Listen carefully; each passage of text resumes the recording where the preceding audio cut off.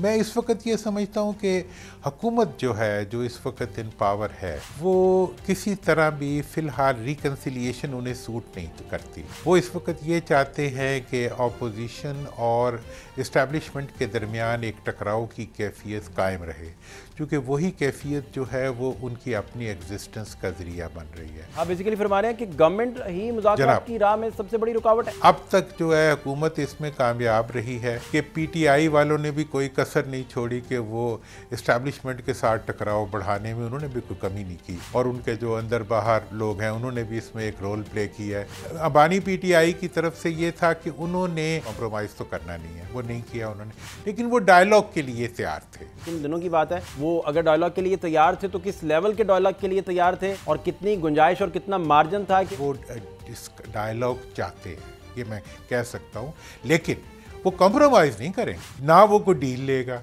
वो उसका फैसला है। क्योंकि इस वक्त भी इमरान खान के लिए जेल में रहना कोई नुकसान का सौदा नहीं है। इमरान खान कैद है, उसकी पॉपुलैरिटी आज़ाद है, हुकूमत की लीडरशिप आज़ाद है, उनकी पॉपुलैरिटी कैद है। सर ये आज तो तोशाखाना 2 का फैसला भी आ गया, इमरान खान साहब और बुशरा बीबी पर 17 साल कैद की सज़ा, और दूसरा कोई आउटकम भी नहीं, कोई किसी भी तरह का तहरीक इंसाफ से कोई पॉलिटिकल कोई ऐसा उन्होंने इंटरकोर्स भी किया हो, सारी चीज़ें, बहुत सारी चीज़ें आप खुद भी उसमें 2024 में भी आप ट्राई भी करते रहे कोई बहुत सारे मामलात को बेहतर करने की। अभी क्या देख रहे हैं इस स्टेज पर सूरत हाल दुरानी साहब? बिस्मिल्लाहिर्रहमानिर्रहीम। देखें, केस तो का फ़ैसला आना वो तो एक रूटीन है, क्योंकि बहुत से केसेस के फ़ैसले पहले भी आ रहे हैं, इधर भी दाएं से भी आ रहे हैं, बाएं से भी आ रहे हैं जी। तो वो तो अब आते ही रहेंगे, और इस केस के अंदर भी आ गया है।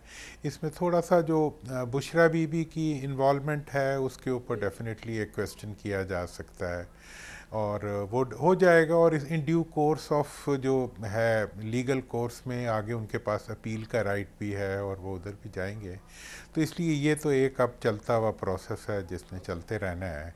लेकिन इस वक्त का जो अमूमी इशू है वो ये है कि जो मुल्क के अंदर एक पॉलिटिकल स्ट्रेसेस डेवलप होती जा रही हैं, और एक हुकूमत और अपोजिशन के दरमियान जो एक डेडलॉक क्रिएट हो रहा है, ये एक अच्छी चीज़ नहीं है।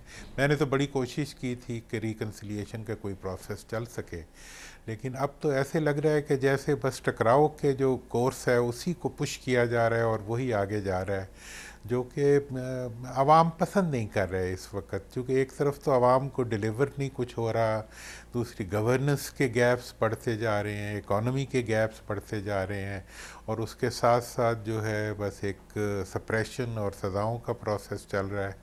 तो इससे मैं नहीं समझता कि पता नहीं हम किस डायरेक्शन में जा रहे हैं और कहाँ जाना चाहते हैं। अच्छा दुरानी साहब, जो कोशिशें आप करते रहे वो किस लेवल तक वहाँ पहुँची थी, उनमें फिर तातुल क्यों आ गया, और आपके साथ साथ और कौन कौन लोग थे, पॉलिटिकल लोग जो इस काविश का हिस्सा थे, क्या उन दिनों की क्या सूरत हाल थी, आप जो बता सकें आसानी से?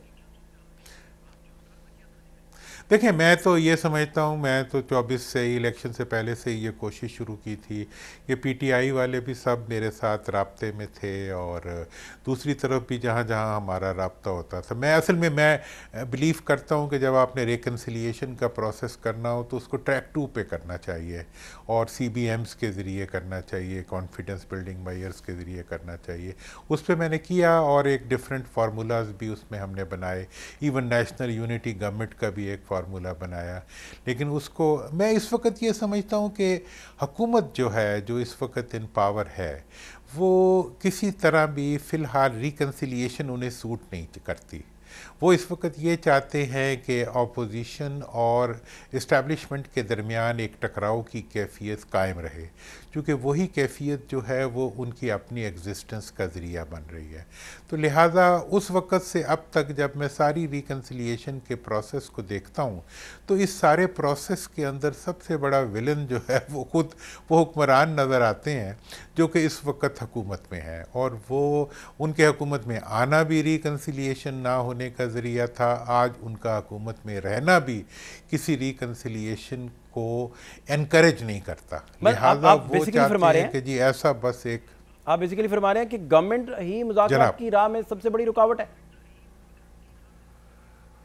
गवर्नमेंट होने ही नहीं देगी। मैं आइंदा के लिए भी आपको बता दूं, गवर्नमेंट किसी सूरत में किसी मुज़ाकराती अमल को आगे नहीं बढ़ने देगी। और चूँकि मुज़ाकरात के ज़रिए अगर होते हैं तो स्ट्रेसेस रिमूव होती हैं। स्ट्रेसेस किसके दरमियान रिमूव होती हैं? इस्टेब्लिशमेंट और पीटीआई के दरमियान रिमूव होती हैं। अब तक जो है हुकूमत इसमें कामयाब रही है कि पीटीआई वालों ने भी कोई कसर नहीं छोड़ी कि वो इस्टेब्लिशमेंट के साथ टकराव बढ़ाने में उन्होंने भी कोई कमी नहीं की, और उनके जो अंदर बाहर लोग हैं उन्होंने भी इसमें एक रोल प्ले किया है। पर एट द सेम टाइम ये वो रोल है जो गवर्नमेंट को सूट करता है, इसलिए वो इस रोल को इनकरेज करते हैं। और मज़ीद इसके अंदर जिसे कहते हैं ना कि 2 गैलन पेट्रोल हर वक्त हाथ में उठाया होता है कि वो डाल दें इसके ऊपर, ताकि ये टकराव जो है और ये आग जो भड़की हुई है। आपकी बड़ी मौसर आवाज़ है और बड़े सीनियरिटी है आपकी, सीनियर सियासतदान है आप। मैं समझना अब ये आपसे सर चाह रहा हूँ, बड़ा सादा सा सवाल है कि तहरीक इंसाफ के एंड पे आपकी नज़र में कहाँ कहाँ उन्होंने कुछ ब्लंडर्स किए या मिस्टेक्स की? बाद में हम गवर्नमेंट के एंड की भी बात करेंगे। मैं चाहता हूँ कि बारी बारी दोनों को अगर डिस्कस कर लें तो आप ज़्यादा अच्छे से और क्लैरिटी से हमारे व्यूअर्स को समझा सकेंगे कि एग्जैक्टली प्रॉब्लम है क्या।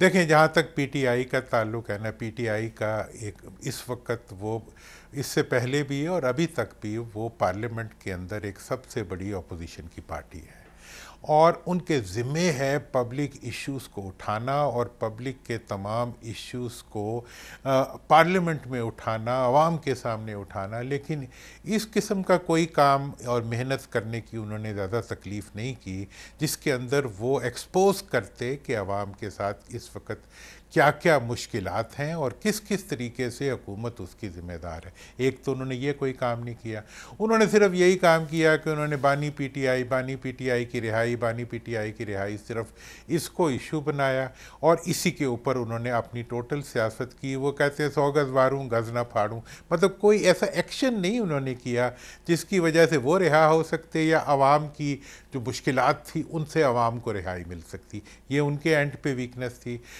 बानी पीटीआई की तरफ से ये था कि मैंने पहले दिन से कहा था कि उन्होंने किसी किस्म का कॉम्प्रोमाइज़ तो करना नहीं है, वो नहीं किया उन्होंने। पॉलिटिक्स में कॉम्प्रोमाइज़ होते हैं, माजी में भी लोग करते रहे हैं, लेकिन इमरान खान साहब के बारे में ये क्लैरिटी थी कि उन्होंने कोई कॉम्प्रोमाइज़ नहीं करना, लेकिन वो डायलॉग के लिए तैयार थे।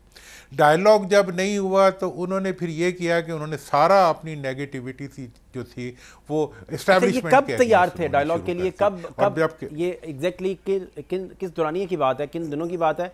वो अगर डायलॉग के लिए तैयार थे तो किस लेवल के डायलॉग के लिए तैयार थे और कितनी गुंजाइश और कितना मार्जिन था कि वो उन डायलॉग्स पे वो सारे CBMs भी हो सकें और बात आगे भी बढ़ सके?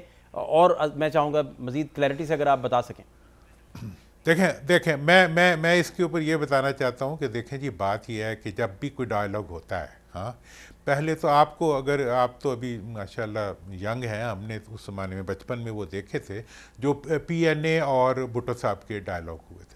सबसे पहले दोनों साइड्स जो होती हैं वो अपनी ऑब्जेक्शंस रखती हैं, और जो PNA थी उसको भुट्टो साहब की हुकूमत की एग्जिस्टेंस पे एतराज़ था और भुट्टो साहब को उनके सवाल पे एतराज़ था। लेकिन उन्होंने ये बातचीत की, जब CBMs बनी सबसे पहले उन्होंने सारे कैदियों को रिहा किया, उसके बाद बातचीत आगे बढ़ी।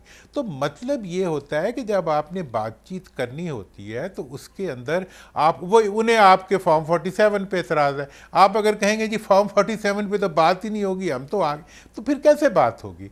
बात तो इसी तरह होती है कि जो चीज़ें, जो डिस्क्रिपेंसीज होती हैं उनको एक एक करके थ्रेड बेयर डिस्कशंस के ज़रिए उनको इवॉल्व किया जाता है और आगे बढ़ा जाता है। तो इस लिहाज से मुझे अंदर से खबर है कि भाई पूरी की पूरा सिस्टम जो था वो किसी न, जैसे अब इलेक्शन से पहले मैंने तजवीज़ दी थी कि जी चलो आपने कुछ नहीं करना तो मुल्क की इकॉनमी, मईशत और मुल्क के जो दहशतगर्दी का चैलेंज है उसके लिए आप एक नेशनल यूनिटी गवर्नमेंट बना रहे हैं।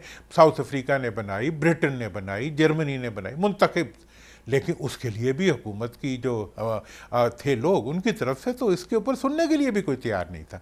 लिहाजा ये मैं आपको बताऊं कि इस वक्त तिनके वाला सवाल है दाढ़ी में, तो वो सारी चीज़ें जो PTI वालों का, ये जो खान साहब का भी ये है, इनका भी है कि ये हुकूमत के बजाय ये सारा एतराज़ात जो है इस्टेब्लिशमेंट की तरफ टोर देते हैं। उसका इस्टेब्लिशमेंट पे तो कोई असर नहीं पड़ता क्योंकि वो कोई पार्टी तो है नहीं। इसका सारे का सारा जो उनका जो लैश पैक कहता है वो इनकी तरफ आ जाता है। तो इनके एंड पे ये वीकनेसेस हैं जिसको कि इन्होंने ओवरकम नहीं किया। दूसरा, इन्होंने किसी पब्लिक इशू को अपना इशू नहीं बनाया। ये सिर्फ अच्छा, दूसरा मतलब अडयाला जेल मैं से लेके और आपका पॉइंट बिल्कुल मैं फॉलो कर गया सर। सर हम ये समझना ये भी चाह रहे हैं कि 26 नवंबर के दिनों की बातें जब भी रिपोर्ट करते हैं सीनियर एनालिस्ट, तो वो कहते हैं कि ये वो दिन थे जब डिस्कशन पीक पे था और हालात किसी करवट बैठने वाले थे। आपकी दानिश में गवर्नमेंट के एंड पे आप मिले होंगे, बाकी कुछ और फैसला साजों को भी मिले होंगे। तहरीक इंसाफ में से किन किन लोगों को आप मिलते थे और उनकी फिर राय उन दिनों में क्या होती थी जब आप बाकायदा इस पे कोशिशें कर रहे थे?